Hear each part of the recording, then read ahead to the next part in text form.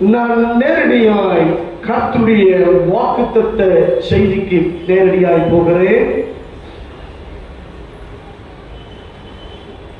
ஒவ்வொரு ஆண்டும் நாம் எதிர்பார்த்து வருகின்றோம், இந்த ஆண்டு நமக்கு நன்மையான ஆண்டாக இருக்காதா?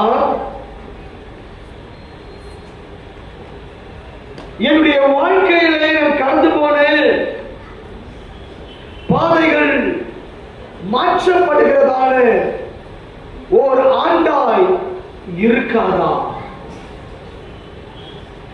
எதிர்பார்த்து கலங்கி கண்ணீரோடு கூட வேதனையோடு கூட கடந்து வந்த பாதைகளை நினைத்து என் தெய்வம் ஒரு நன்மை செய்ய மாட்டீரோ, நல்ல ஒரு வாக்குத்தத்தத்தை கொடுக்க மாட்டீரோ என்று சொல்லி எதிர்பார்த்து ஒவ்வொரு ஆண்டும் நாம் கடந்து வருகிறோம். இப்பொழுது சொல்லப்படுகிற முதலாவது சொல்லப்படுகிற வசனம் வாக்குத்தத்த வசனம் அல்ல. வாசிப்போம். சங்கீதங்கள் புஸ்தகம் 90வது சங்கீதம் 15வது வசனம். தேவரீர் எங்களை சிறுமைப்படுத்தின நாட்களுக்கும் நாங்கள் துன்பத்தை கண்ட வருஷத்துக்கும் சரியாய் எங்களை மகிழ்ச்சியாக்கும். அல்லேலூயா. இது யார் ஜெபிக்கிறது? மோசே ஜெபிக்கிறான். நாங்கள் சிறுமைப்படுத்தின நாட்களுக்கும் துன்பத்தை கண்ட நாட்களுக்கும் எங்களை மகிழ்ச்சியாக்கும். அல்லேலூயா, அல்லேலூயா. எத்தனை இழப்புகள், எத்தனை மன வருத்தங்கள், எத்தனை மன அழுத்தம், எத்தனை வியாதி, எத்தனை பயம், எத்தனை போராட்டம், இதை சந்தித்துக் கொண்டு வந்திருக்கிறோம். அல்லேலூயா. பல இழப்புகள், மன அழுத்தம், மன வருத்தம், ஒரு பயம், என்னவோ ஐயா இந்த ஆண்டு எப்படி இருக்குமோ, கடந்த ஆண்டு இப்படியெல்லாம் கடந்து போனதே, இந்த புதிய ஆண்டு எப்படி இருக்கும் என்று சொல்லி எதிர்பார்த்து வந்திருக்கிறோம். எடுத்து வாசிக்க கேட்போம் வாக்குத்தத்த வசனத்தை. செப்பனியாவின் புஸ்தகம் 3வது அதிகாரம் 15ஆம் வசனத்தை வாசிக்க கேட்போம். கர்த்தர் உன் ஆக்கினைகளை அகற்றி, எல்லாரும் எடுத்துக்கொள்ளுங்க, எல்லாரும் எடுத்துக்கொள்ளுங்க, போய் சொல்லுவோம். கர்த்தர் உன் ஆக்கினைகளை அகற்றி உன் சத்துருக்களை விலக்கினார். இஸ்ரவேலின் ராஜாவாகிய கர்த்தர் உன் நடுவில் இருக்கிறார். இனி தீங்கை காணாதிருப்பார்.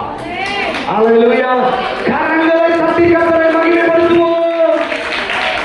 கர்த்தருடைய பரிசுத்த ஆவியானவர் வாக்கு பண்ணுகிறார். கர்த்தர் உன் ஆக்கினையை அகற்றி உன் சத்துருக்களை விலக்கினார். இஸ்ரவேலின் ராஜாவாகிய கர்த்தர் உன் நடுவில் இருக்கிறார். இனி நீ தீங்கை காணாதிருப்பார். ஆமென். அல்லேலூயா. வசனத்தை சொந்த பாராட்டி ஜெபித்து எடுத்துக் கொள்வோமா? நான் ஜெபிப்போம். பிதா, குமாரன், பரிசுத்த ஆவி நாமத்தினாலே இந்த ஆண்டு கர்த்தர் நீர் கொடுத்திருக்கிற வசனம் செப்பனியாவின் புஸ்தகம் 3வது அதிகாரம் 15வது வசனம். கர்த்தர் உன் ஆக்கினையை அகற்றி உன் சத்துருக்களை விலக்கினார். இஸ்ரவேலின் ராஜாவாகிய கர்த்தர் உன் நடுவில் இருக்கிறார். இனி தீங்கை காணாதிருப்பாய் என்கிற வாக்குத்தத்த வசனத்தை பிதா, குமாரன்,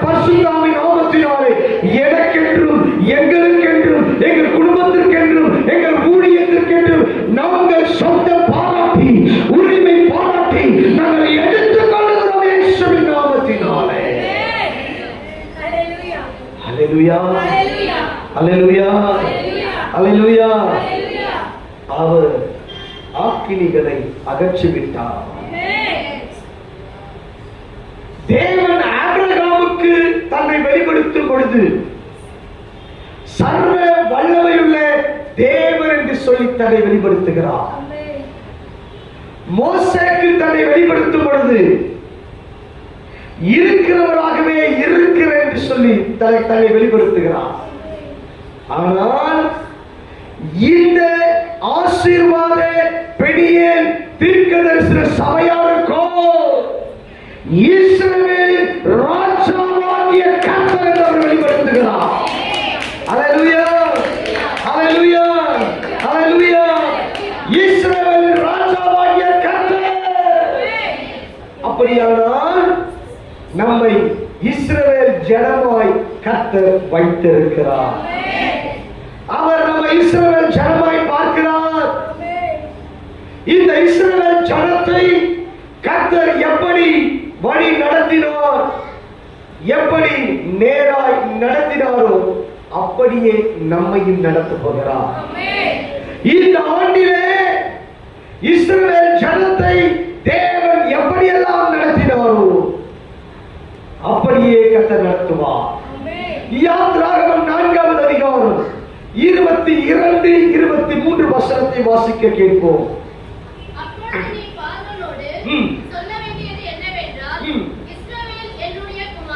இஸ்ரவேல் என்னுடைய குமாரன், என் சேஷ்டபுத்திரன், எனக்கு ஆராதனை செய்யும்படி என் குமாரனை அனுப்பிவிடு.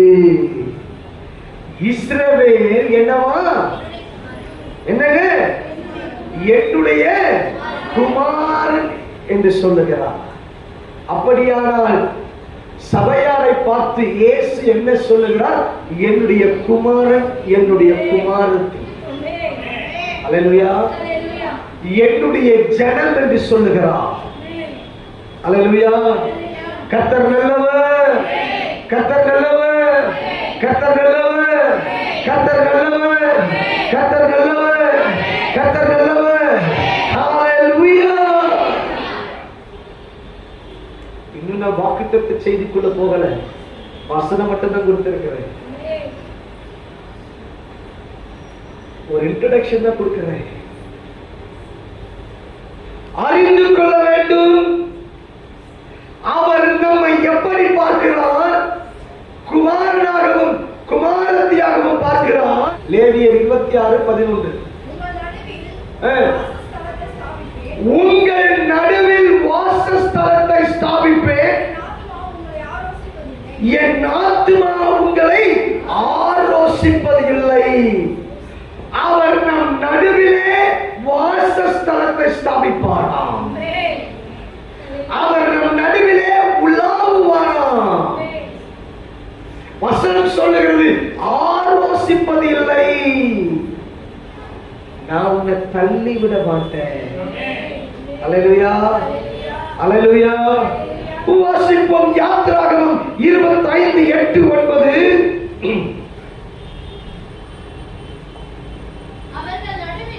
அவர்கள் நடுவிலே, நல்ல கவனிக்க, நடுவிலே என்பதை கவனிச்சே வாங்க. அவர்கள் நடுவிலே நான் வாசம் பண்ணேன், எனக்கு ஒரு பரிசுத்த ஸ்தலத்தை உண்டாக்குவார்களாக. நான் உனக்கு காண்பிக்கும் வாசஸ்தலத்தை மாதிரியின்படியும் அதை செய்வீர்களாக. அல்லேலூயா. அறிந்து கொள்ள வேண்டும், அவர் வாசம் பண்ணுவதற்கு ஒரு வாசஸ்தலத்தை உங்கள் நடுவிலே செய்வீர்களாக, ஆயத்தம் பண்ணுவீர்களாக. அல்லேலூயா. ஆசரிப்பு கூடாரத்தை குறித்து தேவன் பேசுகிறார். சாலமோன் காலத்திலே அது ஆலயமாக கட்டப்பட்டது. மோசேயின் நாட்களிலே அது ஆசரிப்பு கூடாரம். ஆனால் சாலமோனின் நாட்களில் அது ஆலயமாய் கட்டப்பட்டது. அல்லேலூயா, அல்லேலூயா. அந்த இடத்தில் இருந்த ஆண்டவர் என்ன செய்வாராம்? யாத்ராகமம் 25:22 அங்கே நான் உன்னை சந்திப்பேன். அல்லேலூயா. என்ன செய்வாரா? சந்திப்பாரா? வாசிங்க. அங்கே நான் உன்னை சந்திப்பேன். கிருபாசனத்தின் மீதிலும் சாட்சி பெட்டியின் மேல் இருக்கும் 2 கேருபீன்களின் நடுவிலும் இருந்து நான் இஸ்ரவேல் புத்திரருக்காக உனக்கு கற்பிக்கப் போகிறவைகளை எல்லாம் உன்னோடே சொல்லுவேன். அல்லேலூயா. உன்னோடே சொல்லுவேன். அப்ப என்ன? அவர் சந்திக்கிறவர் இந்த ஆலயத்தில் உங்களை சேர்த்திருக்கிறாரானால் இன்றைக்கு இது ஒரு டெர்பனாக்கிள். இந்த இடத்துல, இந்த ஆசரிப்பு கூடாரத்துல தேவன் என்ன செய்வாரானால் உன்னை சந்திப்பார், உன்கிட்ட பேசுவாரு. அல்லேலூயா. இது உன்னை சந்திக்கிறதான ஒரு இடம். அவர் ஆலயத்திலிருந்து பேசுவார். ஒவ்வொரு ஞாயிற்றுக்கிழமையும் கூட பேசிட்டு இருக்கிறார். எத்தனை கூட்டங்கள் நடந்தாலும் ஒவ்வொரு கூட்டத்திலும் ஒருவர் பேசிக் கொண்டிருக்கிறார். என்கிட்ட கர்த்தர் பேசன்னு சொல்லவே முடியாது. அல்லேலூயா. வாசிப்போம். யாத்ராகமம் 25:40 மலையிலே உனக்கு காண்பிக்கப்பட்ட மாதிரியின்படியே அவைகளை செய்ய எச்சரிக்கையாயிரு. அவைகளை செய்ய எச்சரிக்கையாயிரு. அல்லேலூயா. இவனும் செய்து விட்டார். ஆனால் அவர் வார்த்தையை கடைபிடிக்க வேண்டும். அல்லேலூயா, அல்லேலூயா. வாசிப்போம். யாத்ராகமம் 33:7 மோசே கூடாரத்தை பெயர்த்து அதை பாளையத்துக்கு புறமே தூரத்திலே போட்டு, அது பாளையத்துக்கு புறமே தூரத்திற்கு போட்டு அதை ஆசரிப்பு கூடாரம் என்று பெயரிட்டான். அதற்கு ஆசரிப்பு கூடாரம் என்று பெயரிட்டான். கர்த்தரை தேடுகிற யாவரும் பாளையத்துக்கு புறமான ஆசரிப்பு கூடாரத்துக்கு போவார்கள். இப்ப என்ன? யாரெல்லாம் கர்த்தரை தேட வேண்டுமோ அவர்கள் எல்லோரும் பாளையத்துக்கு புறம்பே இருக்கிற ஆசரிப்பு கூடாரத்திற்கு வர வேண்டும். அல்லேலூயா, அல்லேலூயா, அல்லேலூயா. மாதிரியின்படி செய்ய என்று சொன்னார், எச்சரிக்கையா இருந்து சொன்னார். எப்படி பலிபீடம் செய்ய வேண்டும், என்னென்ன துணி இருக்கணும், என்னென்ன தொங்கணும், என்ன வடிவத்தில் இருக்கணும், எல்லாவற்றையும் சொல்லி அதன்படி எல்லாவற்றையும் செய்து முடித்தார்கள். அதற்கு பேர் தான் ஆசரிப்பு கூடாரம் என்று இன்றைக்கு ஆலயம் என்று சொல்லுகிறோம். அந்த ஆலயத்துல என்ன இருக்கும்? அல்லேலூயா.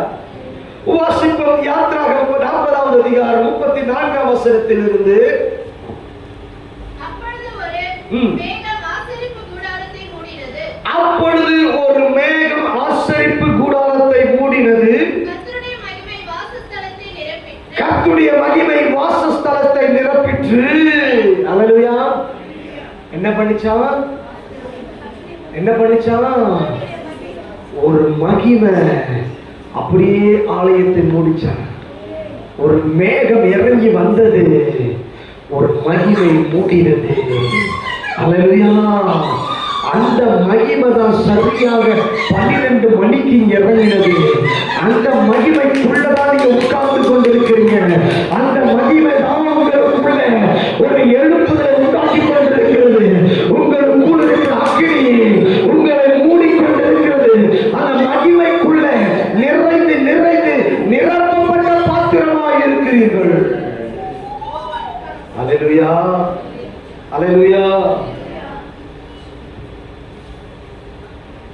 வாசிக்க தொடர்ந்து மேகம் அதின் மேல் தங்கி கர்த்தருடைய மகிமை வாசஸ்தலத்தை நிரப்பினதினால் மோசே ஆசரிப்பு கூடாரத்திற்குள் பிரவேசிக்க கூடாமல் இருந்தது.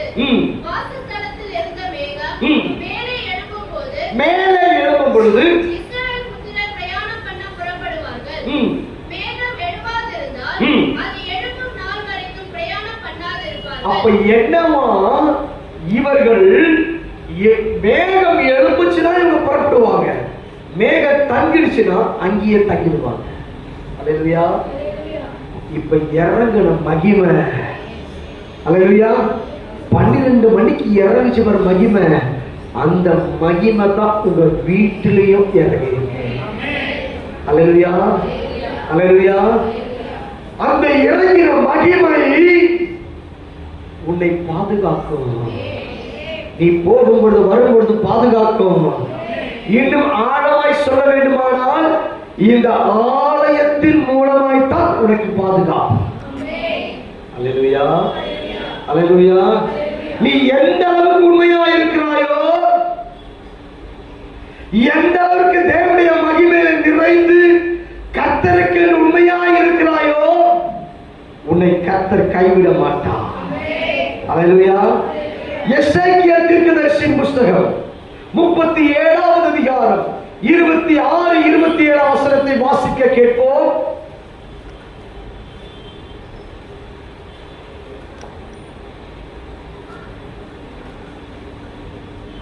சீக்கிரம் வாசி. நான் அவர்களோடு சமாதான உடன்படிக்கை செய்வேன். நான் அவர்களோடு சமாதான உடன்படிக்கை செய்வேன். அது அவர்களுக்கு நித்திய உடன்படிக்கையாய் இருக்கும். நான் அவர்களை நிலைப்படுத்தி அவர்களை வர்த்திக்க பண்ணி அவர்கள் நடுவிலே என் பரிசுத்த ஸ்தலத்தை என்றென்றைக்கும் ஸ்தாபிப்பேன். வாசிங்க. அவர்கள் நடுவிலே என் பரிசுத்த ஸ்தலத்தை என்றென்றைக்கும் ஸ்தாபிப்பேன். என் வாசஸ்தலம் முதல்ல கவனிக்கணும். இப்ப வாசஸ்தலம் ஆலயமாய் மாறிச்சு. இப்ப அவர் சொல்றாரு, வாசஸ்தலம் எங்க இருக்குமா? அவர்களிடத்தில் இருக்கும். நான் அவர்கள் தேவனாய் இருப்பேன், அவர்கள் என் ஜனமாய் இருப்பார்கள். அல்லேலூயா, அல்லேலூயா. இந்த வாசஸ்தலத்தில் இருக்கிற வரைக்கும் தான் நீ அவருடைய ஜனம். ஆமென். இந்த வசனம் அதுதான் சொல்லுகிறது, அவருடைய ஜனம் என்று சொல்லி. இன்றைக்கு கர்த்தர் ஒன்று கூட்டி சேர்த்திருக்கிறாரே, நீங்கள் அவருடைய ஜனமாய் இருக்கின்றபடியினாலே உங்களை இந்த வாசஸ்தலத்தில் கர்த்தர் ஒன்று கூட்டி சேர்த்திருக்கிறார். அல்லேலூயா. நீ அவருடைய ஜனம். ஆமென், ஆமென். அல்லேலூயா, அல்லேலூயா. அப்ப சபையில இருக்கிற உங்களை பார்த்து என்ன சொல்றாரு? என்னுடைய ஜனம். சபையை விட்டு வெளியே போயிட்டீங்கன்னா, சபையை விட்டு வெளியே போயிட்டா அறிந்து கொள்ள வேண்டும், தரிசனத்தின்படி நடக்கிறது போலத்தான் இருக்கும் தவிர நீ தேவனுடைய ஜனம் என்று வேதம் சொல்லவில்லை. அல்லேலூயா. சபையில் இருக்கும் பொழுதுதான் கர்த்தர் சொல்லுகிறார், என்னுடைய ஜனம். உனக்காக கர்த்தர் வைராக்கியம் பாராட்டுவார். ஏன் நீ அவருடைய ஜனமாயிருக்கிற? கர்த்தர் உனக்காக வைராக்கியம் பாராட்டி பேசுவார். தன்னுடைய சொந்த ஜனத்தை ஒரு ராஜா துன்பப்படுத்தும் பொழுது தேவன் மௌனமாய் இருக்கவில்லை, ஒரு மோசேவை அனுப்புகிறார். அல்லேலூயா. அவருடைய ஜனம் அல்லவா நீ? அவருடைய ஜனம் அல்லவா? அவருடைய குமாரன் குமாரத்தி அல்லவா? உன்னை விட்டுடுவாரா? அல்லேலூயா. நீ சபைக்குள்ள இருக்கிற வரைக்கும் தான். நாங்க வேற சபைக்கு போயிடுறோங்க. நீ போனினா உன் தரிசனத்தை நீயே உடைக்கிற. நல்லா தெரிஞ்சுக்குங்க. எனக்கு தேவன் வெளிப்படுத்தின காரியத்தை நான் சொல்லுகிறேன். முதலாவது சபையை குறித்து நான் பேசுவேன் சொன்னாரு. இப்ப அதனால சபையை குறித்து பேசிட்டு இருக்கிறார். இன்னொரு வாக்குத்தத்தத்தை குறித்து பேசல. இந்த சபையில் அவர் எப்படி இருக்கிறார் பேசிட்டு இருக்கிறாரு. இந்த சபையில் இருக்கிறவங்க ஒவ்வொருவரையும் அவர் எப்படி பார்க்கிறார்கள் பேசிட்டு இருக்கிறாரு.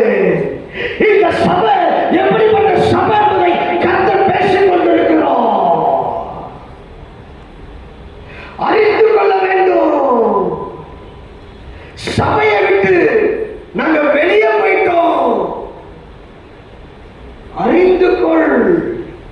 தரிசனம் நிறைவேறாது. உதாரணம் சொல்றேன், ஒருவேளை நீ பாடல் பாடுகிற ஊழியத்தை கையில கத்து கொடுத்திருக்கலாம். என்ன பண்ணுவான் தெரியுமா? உன்னை பாட்டு பாட விட்டு பிரசங்கம் பண்ண வைப்பான். உனக்கு அது கொடுத்திருக்க மாட்டாரு. உன்னை தரிசனத்தை விட தரிசனம் மாத்திடுவான் பிசாசு.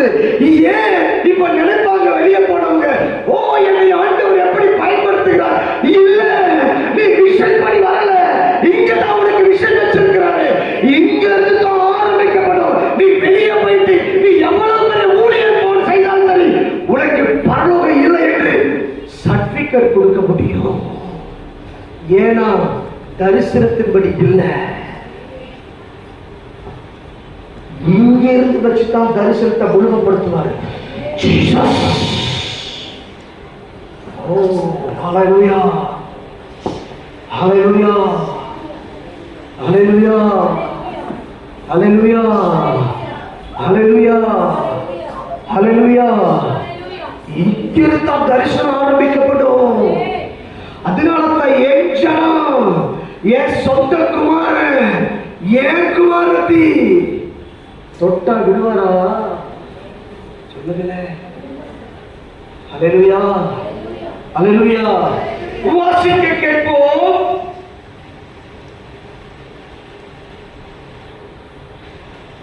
எசேக்கியேல் தீர்க்கதரிசி புஸ்தகம் 37வது அதிகாரம் 28வது வசனம். அப்படியே என் பரிசுத்த ஸ்தலம் அவர்கள் நடுவில் என்றென்றைக்கும் இருக்கும்போது நான் இஸ்ரவேலை என்னங்க பரிசுத்தப்படுகிற கர்த்தர் என்று ஜாதிகள் அறிந்து கொள்வார்கள். ஹல்லேலூயா. கர்த்தர் தான் உங்களை பரிசுத்தப்படுத்துகிறார் என்று ஜாதிகள் அறிந்து கொள்வார்களா? அப்ப என்ன, எங்கேயும் கிடைக்க முடியாத ஒரு சத்தியத்தை உனக்கு வாரம் வாரம் உனக்கு போதிக்கிறாரே, உனக்கு கற்றுக் கொடுக்கிறாரே. எதற்கு? உன்னை பரிசுத்தமாய் மாற்றுவதற்கு. அல்லேலூயா, அல்லேலூயா. ஏன் அவ்வளவு தொலைவிலிருந்து வரணும்? ஏன் காட்பாடியிலிருந்து அவ்வளவு தூரத்திலிருந்து வரணும்? ஏன்னா பரிசுத்தத்தை கற்றுக்கொள்வதற்கு. சபையில் வைத்துத்தான் உனக்கு பரிசுத்தத்தை கற்றுக் கொடுப்பாரு. எங்கேயும் கேட்காத சத்தியத்தை கர்த்தர் சொல்லி கொடுப்பார். அல்லேலூயா. அதற்குத்தான் இந்த சபையை கர்த்தர் தேர்ந்தெடுத்திருக்கிறார். அல்லேலூயா. கர்த்தர் நல்லவர், கர்த்தர் நல்லவர். வாசிக்க கேட்போம். செபனியாவின் புஸ்தகம் 3வது அதிகாரம் 15ஆம் வசனத்திலிருந்து 17ஆம் வசனம் வரை வாசிக்க கேட்போம். கர்த்தர் உன் ஆக்கினைகளை அகற்றி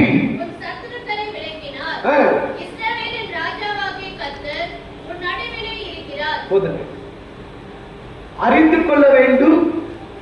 கர்த்தர் நம்முடைய ஆக்கினியை அகற்றி விட்டார். பக்கத்துல பார்த்து சொல்லுங்க, உன் மேல விட வேண்டிய தண்டனையை அவர் அகற்றிட்டாரு. அல்லேலூயா. இப்பயாவது புரியுதா? இப்பயாவது புரியுதா? நமக்கு கிடைக்க வேண்டிய தண்டனை. அல்லேலூயா, அல்லேலூயா.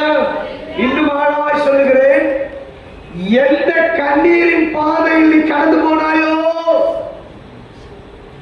சாத்தான் உன்னை உபத்திரவத்தின் பாதைகளை உன்னை புடமிட்டான் அல்லவா?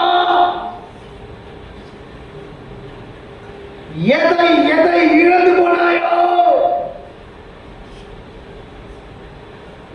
அதற்கு சரியான மகிழ்ச்சியை கொடுக்கும்படிக்கு எப்படி மோசே ஜெபிக்கிறான்? நான் சிறுமைப்பட்ட நாட்களுக்கு தக்கதாய் என்னை மகிழ்ச்சியாக்கும் என்று சொல்லி மோசே ஜெபித்தானே.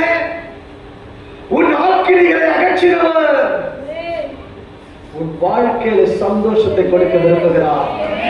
அல்லேலூயா, அல்லேலூயா, அல்லேலூயா. எதற்கு 2 நாள் சுத்திகரிப்பு? உன் ஆக்கினைகளை அகற்றுவதற்கு தான் 2 நாள் சுத்திகரிப்பு. எதற்காக 2 நாள் மகிமையான நாட்கள்? உன் ஆக்கினையை அகற்ற வேண்டும். அல்லேலூயா. கர்த்தர் நல்லவர், கர்த்தர் நல்லவர், கர்த்தர் நல்லவர், கர்த்தர் நல்லவர். கடந்த சில ஆண்டுகளிலே நீ கடந்து வந்த பாதை இருக்கல, உன்னை சாத்தான் அது உத்தரவு கேட்டுக்கொண்டு அவன் புடமிட்டது. அல்லேலூயா. சாத்தான் உத்தரவு கேட்டுக்கொண்டு அவன் புடமிட்டான். கர்த்தரோ பக்கத்தில் இருக்கிறார். அல்லேலூயா, அல்லேலூயா.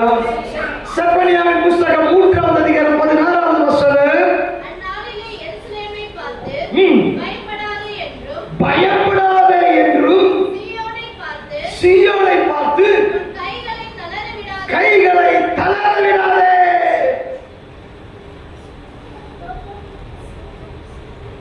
தேவன் சொல்லுகிறான், பயப்படாத.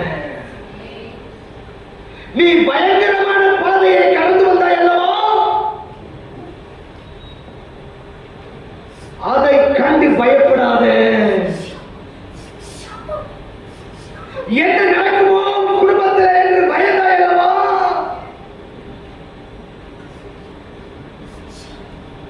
பல சூழ்நிலைகளை பயந்து பயந்து பயந்து காணப்பட்டோம் அல்லவா? இன்னைக்கு கர்த்தர் சொல்லுகிறார், பயப்படாதே, தளர்ந்து போக.